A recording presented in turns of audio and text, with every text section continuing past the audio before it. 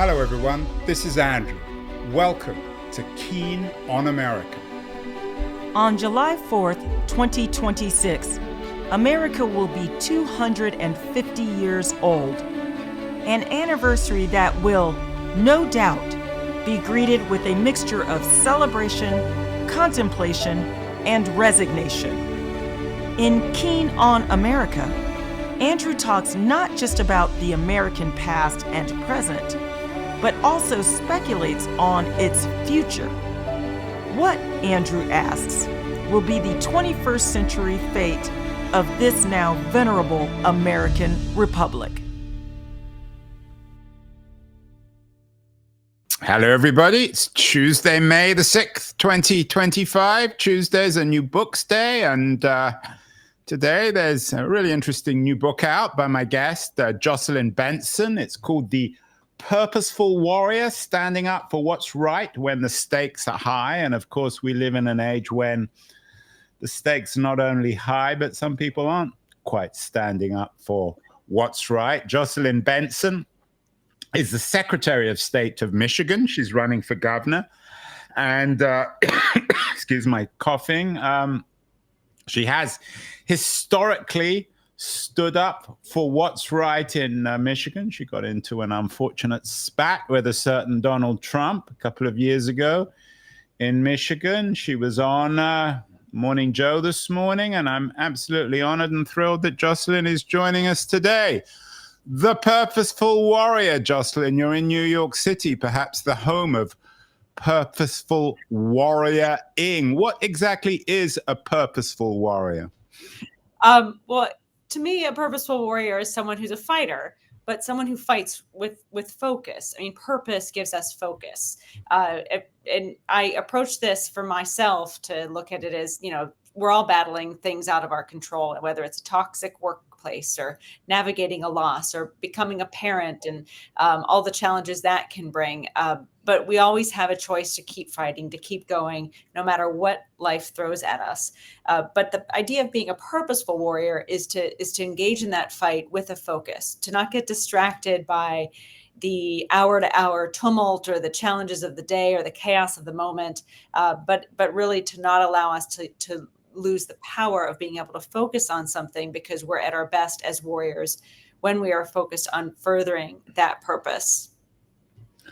Warriors are, by definition, courageous, and you seem to have what some people call a profile in courage. You, in 2022, you won one of the awards, the John F. Kennedy Awards for profiles in courage. A couple of the other people who got them were Vladimir Zelensky and Liz Cheney. What did you get it for, Jocelyn? Why have you been identified as someone with courage? Well, in 2020, the president of the United States, who again is the president again, Donald Trump, was the part of orchestrated an effort to overturn a fair and legitimate election results that were accurate and that he had lost. And in the light of that, my job as the chief election officer for the state of Michigan is to make sure that no matter who the people vote for, that is what rules the day. And so I stood up to our president many times throughout the year. It was harrowing, it was challenging, but it wasn't necessarily a hard choice, because at the end of the day, the oath I took was to protect the will of the people. The irony is that standing up and simply doing our job in that moment, when protecting the results of the election, meant that one night in December, armed protesters came to my home to try to force me or intimidate me into undoing those results. I talk about that at the opening of the book. But for me, it was never a question, though it was harrowing to stand up for what I believed in, to stand up for my purpose. It still enabled me to protect those results and ultimately ensure that democracy prevailed. Do you think that you deserve to be listed alongside Zelensky, for Of example. course not. These are incredible people who are stalwarts of courage and and defenders of democracy. I'm honored to just be mentioned in the same breath as them. And it was an incredible evening to be honored in the same lens as them. And because these are people who are true warriors who've put their lives on the line. And if I can do anything to just continue my life as a warrior in that direction that they've both done, I will be happy. Rather than a purposeful warrior, might another way to describe you be an accidental warrior? After all, as you suggested, you're just standing up. It was just given that the vote was right, and you were simply underlining that it was right. And then some crazies came along and challenged you and tried to intimidate you. Yeah, we all have that opportunity to be accidental warriors in times of great tumult. But at the same time, I thought that as well. I realized, and particularly in the course of telling my story and writing this book, that my courage muscle wasn't really formed in that one moment when all the eyes of the nation were on me, and to see if I would do anything to bend the knee to this wannabe dictator. Instead, it actually started when I was 20 years old in Alabama, where I moved after college to investigate extremist organizations, white supremacist and neo-Nazi organizations. And it was this moment in South Carolina. I was all alone in a hotel room, and I had just spent the day doing undercover work, tracking these individuals claiming to be the reincarnation of Hitler. And I was really worried they were going to find out who I was and come and kill me, and no one would ever know about it and all the rest. And I had a choice in that moment. And I talk about this in the first chapter of the book. I had a choice in that moment to either give up and run away, or stay the course and uncover this organization and write the story that I, as an independent journalist at the time, had gone there to write. And I chose to do the latter. I chose to stay the course and do the work. And that was an act of courage, small and no one saw it, but it helped me build a bravery muscle, that and several other points throughout my life, so that 20 years later, 25 years later, when I'm standing up to the President of the United States, it wasn't the first time I've had to take on those harrowing fights. But I learned that by making small choices to choose courage over fear throughout my life, I was ready for that moment. And that was ultimately what enabled me to stand up and protect our results, even at great risk to my life. What year was that when you were in Alabama? It was in 98, 99, the late 90s. So were activists really being murdered at that point? I mean, obviously in the 60s and earlier, the Freedom Riders were murdered, but was that happening in the 90s? There were I was investigating hate crimes. There were a number of crimes occurring against people, and it wasn't necessarily, my role model, Viola Liuzzo, was murdered in Selma, Alabama, after she drove there from Detroit in 1965. So it wasn't necessarily in a moment like that. It was just fear that I had from these people. I'd spent all day with these people who were talking about killing other people. So yeah, I was worried that they would figure out I was tracking them and going to give all their information to the FBI, and that bad things would happen to me if they found that out. That was real fear. And what was most relevant to me was whether it was in my head as a worry or whether it was a founded fear. It was a fear that I had in that moment, and I had a choice whether to just give up and, go do something else with my life or stay the course. And my point is, no matter how fear finds us, whether it's founded or not, it does find us, and we always have a choice. And the more times we choose courage over fear, the more we build that bravery muscle, so that we can consistently choose courage over fear and build that life as a warrior for purpose, no matter what path that might be for our own well-being. You've talked about a bravery muscle. Do you think some people are just born with it? You won the JFK Profile and Courage Award, as I said earlier, in 2022. His brother, Bobby Kennedy, of course, was Kennedy's Attorney General, very brave man who stood up in the early 60s to the violence in the South. And seems in some ways, perhaps in that family, they were all born naturally warrior-like, maybe through their father. But are some people simply born to be warriors? Sure. I'm sure there's certain people, I'm not a scientist, but nature versus nurture, all of that combines to make some people more predisposed or make a warrior ethos more easily accessible to some. But I do believe that we all have the power within us a unique voice, a unique strength that we can access. And the more that we access that, the more that we choose grit, the more that we choose to stay in the fight. Every day we choose to speak out in furtherance of standing up for our kids, standing up for our loved ones, standing up for our parents, standing up for our community. Every time we do that, we build that courage muscle even more. So even if you feel you're not born with it, or you have lived an entire life choosing fear more times than not, you always have a choice to respond to life's events in that moment with courage. And really, I think it is something we all have, and it is something that can be built over time. I was not an athlete. I've now run 35 marathons, right? I've been running 2 marathons a year. Yeah, you're just back from London. We talked before we went live, just back from London the weekend. You ran the London Marathon. But I was not born as an athlete. I was not physically strong. don't come from an athletic family. My parents were public school teachers. I learned to build that muscle over time, one step at a time, by running a mile, 2 miles, 3 miles. So I do think, well, of course, I'm sure some have natural tendencies. It might be easier for some rather than others. We all have the ability to choose who we want to be. And I think we all can be warriors. And if we all were warriors for our authentic purpose, imagine how truly prosperous our nation could be. Do you think being a warrior is an essential feature of civic virtue, of civic education? We've done lots of shows on that civic quality, something that Alexis de Tocqueville noted when he visited America in the 19th century, perhaps the defining quality of American democracy. Is it something that should form the center of some sort of civic education, both in schools and perhaps in families? Yeah, I think so. I think engagement is the key, to not check out, to not look away, to not give up. I mean, that's really the hook, but to do so and then be a warrior for what you believe in. And that, again, could mean small acts of courage, standing up for someone you see being bullied, even when no one else is looking, reaching out to a friend and saying, how are you doing? Because you care about their health situation, and you're a warrior for fighting Alzheimer's or other types of afflictions. So it could take many forms, being a warrior, but I think it's predicated on being engaged and being willing to stay attuned to a particular fight, to a particular issue, and not looking away, even if times are hard, or if it feels like it'd be much easier to just give up and walk away. Engagement, connection, and then being a warrior, to me, is how we create a healthy democracy and society.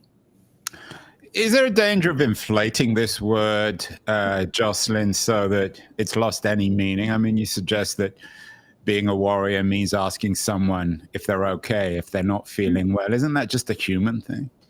Sure, but the idea is that we get knocked down a lot, and that a lot of things in life transpire to potentially knock us off our path. And the warrior ethos is about being willing to get back up again anyway, even when that happens. So it could just be, I'm exhausted, I'm beat down, I don't want to reach out to someone and see if they're okay. But the warrior ethos would say, nope, I'm going to do it anyway. I've got that strength. So it's that ability to get back up again and keep at it, that to me is a characteristic of being a purposeful warrior. Have you always been a purposeful warrior? Have you always stood up for what's right when stakes are high? You've clearly had a remarkably successful career. You were a Marshall Scholar at Oxford. You went to Harvard Law School. You're Secretary of State in Michigan. Now you're running for governor. But when did you begin to recognize this purposeful warrior side of your life, of your personality? Yeah, my parents were special education teachers. And so my earliest years were spent watching them be warriors for their kids, for the kids in their classrooms. And really not in a loud or boisterous way, but in a very quiet way. They just showed up for work every day, doing everything they could with little pay and little support from the administration they worked in the school they worked in, to actually make sure the 7, 12, 20 kids under their purview for that year had access to quality education, if even with challenging disabilities. So that, I think, instilled in me a sense of if we see a wrong, we have a responsibility to do something about it. And that forms the foundation of, well, then what are you going to do about it, right? What if wind blows in your face when you act? Are you still going to keep going? all of those things are choices we make along the way, but it starts with a willingness to not look away when we see a problem, but to try to solve it and to try to do something about it, no matter how big or small that might be. And my parents did that every day for their students in their classroom. And I think that really instilled in me that sense of responsibility that we all do better when we all do better. And we all have that opportunity to lift all those boats. But everyone talks about doing things better, about righting wrongs. I mean, even Donald Trump, who you're no great fan of, he's no great fan of you, talks about tariffs and making America great again. How do you determine what one should be fighting for? Yeah, I think some people don't use truth to define their actions. I think some will choose instead. Some being Jocelyn who? Yeah, well, no, when you're referring to the president, I think there's a lot of evidence, and I believe in data, truth, facts, evidence, right, and objective facts. And I think there's a lot of evidence to show. And let's look at the tariff policies. There's nothing about these tariffs that are helping uplift the economic well-being of Michiganders right now. They're reckless. They're only leading to causing the cost of living to increase in our state at a time when it needs to be decreasing, and we need to be cutting costs. So from my standpoint, there are folks who don't recognize the interconnectivity of us all, which is part of the sort of the delineation between being that purposeful warrior, standing up for yourself and your loved ones and your community, and not recognizing that interconnectivity, that we're all connected. There's an element of truth that you don't, I start the book by saying being a warrior is being sort of an authentic fighter, not facetious, not fraudulent. And so there are elements, there are characteristics, I believe, of being a true purposeful warrior, as I talk about in the book, that are antithetical to, frankly, a lot of what we see from elected officials, whether it's those who are just fighting for themselves and to enrich themselves or their friends only, or if it's those who are afraid to do the right thing. And so they choose to go along with a path, even though they know inherently it's not the right one. I'm always suspicious with the A word, Jocelyn. Longtime viewers, listeners of the show know that we've even had whole shows on what exactly authenticity means. You talk about the authentic, but why do you know this word any better than the MAGA people or anyone else? Isn't this the kind of word that simply gets thrown around when someone doesn't really have a concrete proof of what they're trying to say or do? I don't know. I think as someone who's tried to navigate that question as an educator, as a parent, there are ways in which you can be honest and upfront and transparent and authentic. And there are times in which those characteristics all combine to not be present. And so I do think, I hear what you're saying. I think, you could parse apart many words and try to look at it through different lenses.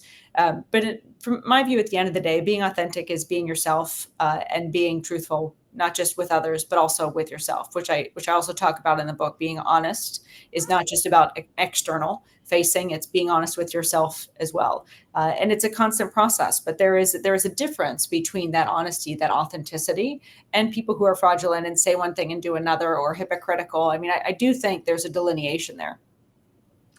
When you talk about being honest with yourself, I know you very much focused on being a fighter. What do you want to improve about yourself? I'm assuming that when you think about yourself, you don't see, or when you look at yourself, you don't see a perfect person.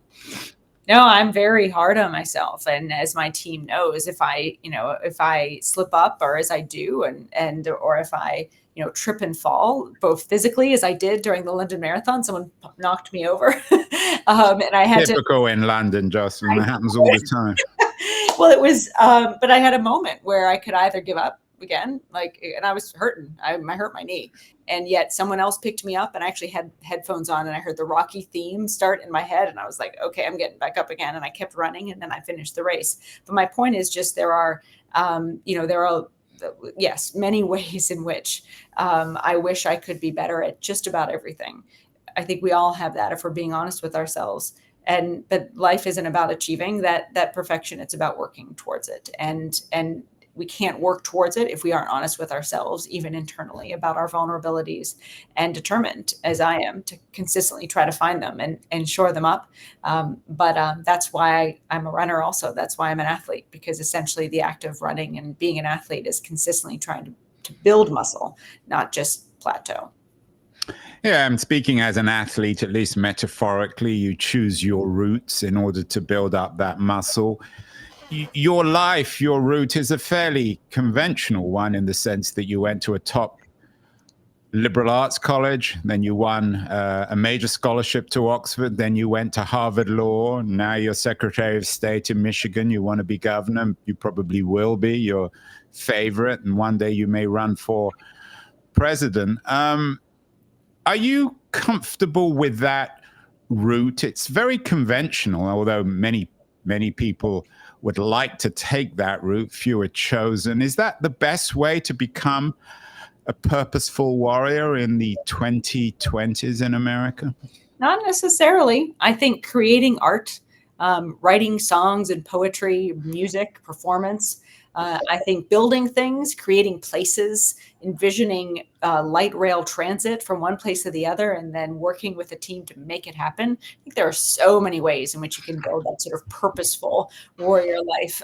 This has been my path, in part, frankly, because I'm very impatient, and I do believe that government service is a way to do well for many people, but also efficiently and effectively. The resources of government and its ability to do right by people is, in my view, unmatched. And so that's why I love what I do, but it's not without its very serious flaws. Democracy and governance is a very broken system right now in America, which also spurs me on to really want to try to fix the institutions that I believe in. But that said, there are so many ways in which you can fight for your own purpose. It could be curing Alzheimer's. It could be being a parent to however many kids you choose to have, or being a good steward of the economy and how you choose to focus on that, or being an educator. So my view is that we all have a role to play in this sort of quilt of America and this fabric of life. And there are a lot of things that do try to put us into one path, maybe a more conventional path. Be a lawyer, be an elected official, be a doctor. And my hope is that people don't take a conventional path, but take a path that's true to them, however that manifests itself. Certainly for me, my first step out of college was to move to Alabama and investigate white supremacist organizations undercover. Not a conventional move, but at the same time, again, you could sort of define things differently. And the biggest thing is only we know the path that is best for us, and it's up to us to figure that out. You describe yourself as impatient. Are you ambitious? Oh yeah, I mean, in that I'm impatient and I want to get things done in a significant way. I don't want to just make piecemeal change. I want systemic change to promote and enable a more fair world for folks. And so my ambitions are rooted in wanting to see a better world and seeing how far we have to go to get there, and wanting to at least get significantly along that path to a better, more equitable, and more just society in my lifetime. I mean, you talk about ambition in this social sense, but I'm guessing there must be some personal element. You must get a thrill, a high out of winning one way or the other. You're a runner, so you're always competing. Can one, as a purposeful warrior, also have an ego? Well, I think it's all about how you define success and define yourself. And I think it's good to have ambitions or ego towards results. And I talk about being mission driven in the book. And what is mission driven? Well, ultimately your mission, when it's best situated, in my view, is when your mission has a positive impact on others. And so in my view, that's the impatience, that's the ambition to try to move in that direction. It's not so much wanting a particular title. In fact, when I went into college and sort of was beginning my career, yes, I very much thought, oh, I need this title or that role or that position. But as I got further along, and this led to my decision to just go deep into the deep South and do investigative work, I realized the work is what matters, not the name, not the title, not the position. And so I've always tried to do as much work as I can and say, how can I pound for pound have the greatest impact on the work that I care about and the work that I want to do and the people I want to serve and help. And if there are titles along the way that help us there, great. But I'm chasing the work, not the title. You talked about art having meaning. Another very prominent Democratic female politician, Kamala Harris, talked about art having the power to shape the conversation. She just made an appearance at the Met Gala a couple of days ago. What's your take, Jocelyn, on what some people see as a lack of direction on the part of the Democratic Party in terms of making sense of what's happening in America in 2025, and particularly in the wake of, and I don't mean this just as a critique of Harris, but more broadly of the Democrats, of Harris's failed campaign against Trump last year? Well, I think that specific campaign had unique challenges, and everything that transpired in the last 100 to 150 days. And the challenge that a new candidate, though she was the vice president, still a new candidate, had in introducing herself to the country. I know I saw that firsthand in Michigan. To many people, Trump was a known quantity, even if they didn't fully love everything about him. And to many people, Kamala Harris was an unknown quantity. And there was so little time to sort of figure out who to trust. I think a lot of folks listen to claims that, from an economic standpoint, certain candidates, Trump would reduce would increase, would reduce the cost of living, would increase their wages. I talked to many voters who said, I'm voting for Trump. People who worked in restaurants say, I'm voting for Trump because he's going to make sure that my wages aren't taxed. He had no intention of doing that, but he certainly said that he would. And that type of thing, I think, enabled him to be successful by 80,000 votes, a small percentage out of 5.7 million in our state, but successful nonetheless. All that to say is, from my standpoint, Democrats need to talk less and listen more. And I've been going all around the state, having listening conversations with folks. And what's been illuminative to me is how much people, whether they call themselves Democrats or independents or Republicans or anywhere in between, just want government to make their lives easier, to help save them time, to help save them money, and to make housing more affordable in their communities. They see the cost of childcare going up, and they can't even find a quality facility to send their kid. They see our education system falling into the bottom 10 in the country and not in the top 10. All of these things that people hope to see results from, and Democrats claiming they're going to deliver these results. And then when those results aren't delivered, trust is broken and people disengage from the system and stop believing Democrats can really do anything to improve their lives. So that's the hole we find ourselves in. But, that's why I'm running for governor in Michigan, because I've actually I've reformed the DMV, the Department of Motor Vehicles, which is, a poster child for government ineptitude and inefficiency. We've made it one of the most efficiently well-run agencies in the country. So I want to rebuild that trust. I want to demonstrate Democrats can solve problems and deliver. And I think when you look at the best leaders around the country, be they Democrats or Republicans, they're ones that actually make people's lives better and deliver those results.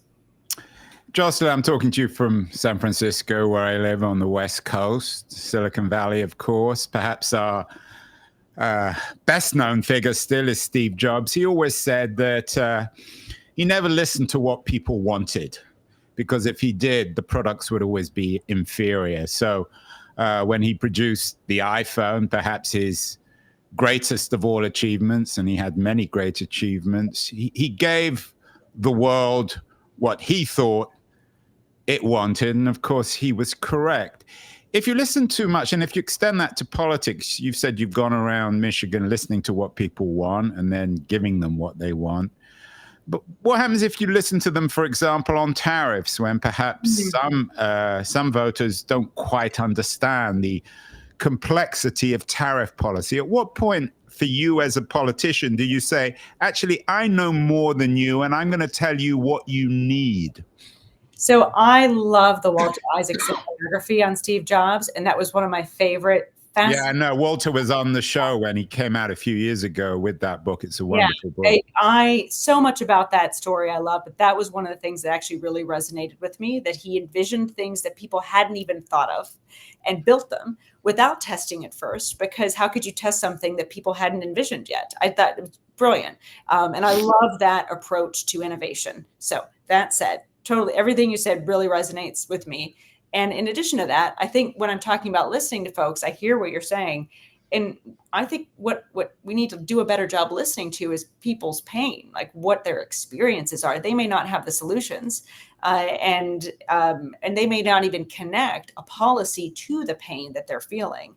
But when people say, I can't find a place to care for my kid, or I can't get to a doctor because there's no transit, and so I have to, if I don't have a car, I can't get to a doctor unless I'm in an ambulance. When I hear stories about people not being able to afford food or childcare or gas to drive to work, I mean, it's hearing the pain and wanting to do something about that. I don't think we should necessarily expect everyone to come to us that we talk to with the solutions. That's kind of our job to figure out with experts and people who spend a lot of time trying to solve these problems, bringing them into the equation as well. But it's hearing the struggles that people are having and committing to actually move the needle and do something about them to alleviate those struggles. That's the job. And to me, at least, that's what I want to do. And that's what I feel like when you see pain and you hear pain and there's no change happening, then yeah, people are going to check out because, why should I continue voting if nothing's going to ever get better? I hear that and I get that. And we've got to do better to restore that trust, that people can trust us to make things better. Why is there so little trust in politicians, elected politicians like yourself these days, not just in Michigan, but around the country, both on the left and the right? And it seems as if people have perhaps even less trust in the Democrats than they do in Republicans, which is quite an achievement. Yeah, I think it's just inaction and stagnancy. And a lot of noise, a lot of rhetoric, a lot of claims that someone is bad when they're not and they're good when they're not, just a lot of noise and rhetoric. And at the same time, not a lot of action, not a lot of change that moves the needle in the right direction. So all of that combines to make people disengage and want to check out. And that's not necessarily only this moment, but all of those things are particularly heightened in this moment. And I think there's lots of ways in which how people get their information, particularly on social media, that has really exacerbated all of that mistrust and rhetoric and noise. And that's one of the biggest challenges of this moment that is new to this era. How do we make sure people can find access to trustworthy information in an era where social media makes that, and algorithms and all the rest make it increasingly difficult to do so? The book, The Purposeful Warrior, Standing Up for What's Right When the Stakes Are High, strikes me as being apolitical in the sense that it doesn't necessarily fit into standard left-right categories. There's a debate now going on within your party, the Democrats, about the future of the party. There's still a traditional left, and then there are, technocrats like Ezra Klein, who seem to be focusing on technocratic solutions to getting things done. Do you think that Democrats should be more overtly political in how to change America and how to get things done? Or do all solutions need to be thought of in technocratic terms? I really like, the abundance, the school of thought that Ezra Klein and others are talking a great deal about right now, this idea of envisioning where we want to go and actually building an actionable plan to get there.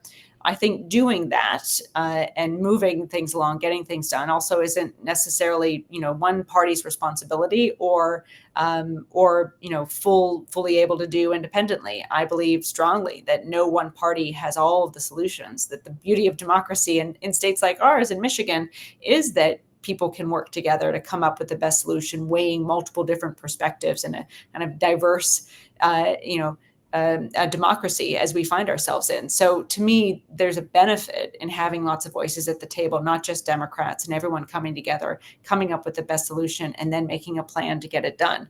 So much of this noisy, divisive environment and politics makes it really hard for that ideal to transpire. But that's the ideal, in my view. And I believe that Democrats, especially in this moment where Republicans have more or less gone full MAGA, Democrats are the ones who can lead us there. But it has to be in a collaborative way where we're engaging independents and apolitical people and other experts who may not align with the Democratic Party, but similarly have really good ideas and should be heard and a part of the conversation. That's how we get to the best overall solution, I believe. And interestingly, I very intentionally wrote this book, both, again, clearly from my perspective and having to stand up to Donald Trump and all of that, but very much trying to say, even if you don't agree with me politically, you should still be a warrior for what you believe in. We're all better when people are warriors for their authentic selves, for their purpose that they feel is mostly uniquely theirs. Because even if we completely disagree on something, I very much want to see a society where everyone is engaged and connected and trying to work through these problems together, because that's our best shot at getting to the best solution. One of the principles in the Purposeful Warrior is that we should all build our own boards of directors. There's a kind of implicit nod and wink to capitalism there. Should we all think, and we've done lots of shows on this in the past, are you suggesting in a sense that we're all like corporations, that we all need to think of ourselves as projects to move forward? And in that sense, again, would you position yourself more in the center than the left of the Democratic Party? I'm certainly positioned more in the center than the left of the Democratic Party. But I actually look at it, the board of the directors, the tribe around you is really the essence of who you surround yourself with. Really makes a difference. I start that chapter by saying few things are as important as the people directly around you, because when the unexpected happens, as it inevitably will, when wind hits you in the face or in your back, the people around you can help you stay focused and not get knocked off your path or your purpose that you want to be on. And so it's the idea is basically of a board of directors is not just those who have a fiduciary duty to a company, but also to a nonprofit, which I've run in the past and sort of the framework I was thinking of. A board of directors for a nonprofit helps make sure that the decisions that an entity makes stay aligned with its mission, with its stated mission. And similarly, a board of directors for a person can stay aligned, help them stay aligned with their personal mission. And you can look at it as a tribe, you can look at it as a community or just a close circle kitchen cabinet, oftentimes as it's seen as in the political arena. But the bottom line is having people you trust and those who will challenge you, who can come together and help you stay your course, even when so much in life can conspire to knock you off of it. Another of your steps in being a purposeful warrior is to call out bullies. You're someone who's clearly not scared to do that. What about forgiveness, Jocelyn? Perhaps a very traditional Christian value. Have you tried to forgive Donald Trump or some of the people who threatened you with violence? What's the role of forgiveness in a purposeful warrior? Well, I'll start by emphasizing imperfection, which is that I wish I could say I always stand up to bullies, but some of the stories in the book are my own struggles to do that and trying to be very open and honest that we don't have, there are imperfect, we can aspire to always be that person and yet still fall short. And at the same time, on the flip side, empathy, grace is a critical component to me in being a warrior. I have a chapter just called Grit and Grace, and it's about how we can be courageous, but real strength, real courage is coupled with grace and empathy, because being able to forgive, to be graceful, to see things from someone else's perspective is I very much try to do, whether it's with the president of the United States or with Elon Musk or many others. I'm constantly trying to understand others' perspectives. It doesn't mean I'll always land in the perfect spot in terms of grace and empathy and forgiveness, but it is a muscle, similarly, that we need to build and hone if we truly want to be an effective warrior. It's not enough just to be courageous and stand up. It is just as important to match that with empathy and forgiveness and grace if we're truly going to be effective as a warrior. Is there something uniquely American about being a purposeful warrior? Do you know Gary Shapiro? I know he's also based in Michigan. He's an old friend of mine. He runs the Consumer Electronics Association. I think he lives in DC now. He's written books about ninja warriors. He's borrowed from Japanese culture. But is there something uniquely American about a purposeful warrior, or can we learn from other cultures, perhaps from Japan or even China? I mentioned a Japanese approach called Kaizen in my book, which is about if it ain't broke, fix it anyway. Trying to re-examine things that seem just fine and finding ways to make them better as a tactic, as a principle of being a warrior for your purpose. So you could be fighting for something and not think that something needs to be improved when in reality you can make it better. So I do think all these principles are universal in many ways and can apply in many cultures, and we can learn more from those cultures to build in to what it means to fight for what we believe in. But I do think that voice that we all have, that power, that unique contribution that we want to make with our time on earth, that's the essence of this. And I don't think there's anything uniquely American about that. I think everyone in the world has the ability to improve our countries, our communities, our loved ones, our families, and our workplaces. And so my hope is that anyone can pick up this book and apply these principles to their own life, no matter where they live, what country they're in, or what culture they find themselves in. Well, finally, Jocelyn, you've been very generous with your time. You're in New York. I know you're launching the book today. I'm sure you've got better things to do than talk to me. What point can or should a purposeful warrior switch off? You're a friend, you're a mother, you're a wife, you're a daughter, and so on. Is this notion of a purposeful warrior, it seems to be, standing up for what's right when the stakes are high. Is it 100% thing, or can one sometimes just forget about being a purposeful warrior and enjoy going to the movies or having dinner or having a nap in the afternoon? I think that's critical. I think balance is critical. And first, I really enjoyed this conversation. So thank you so much for inviting me on and taking the time. I've really enjoyed these questions and our chat. But yeah, I think that balance is key. I mean, if you run a marathon, as you could say this is, you have to take breaks. You have to, rest. You have to rebuild. You have to go to the movies. You have to curl up on the couch with your loved ones and just watch bad television. Like all of that is completely not just like okay, but necessary, I think, to really be able to get up and fight the next day. So I certainly do that all the time. I'm grateful for a family that creates a sort of nest of enables me to have that balance. But yeah, that balance is what sustains us in the fights that we choose to engage in.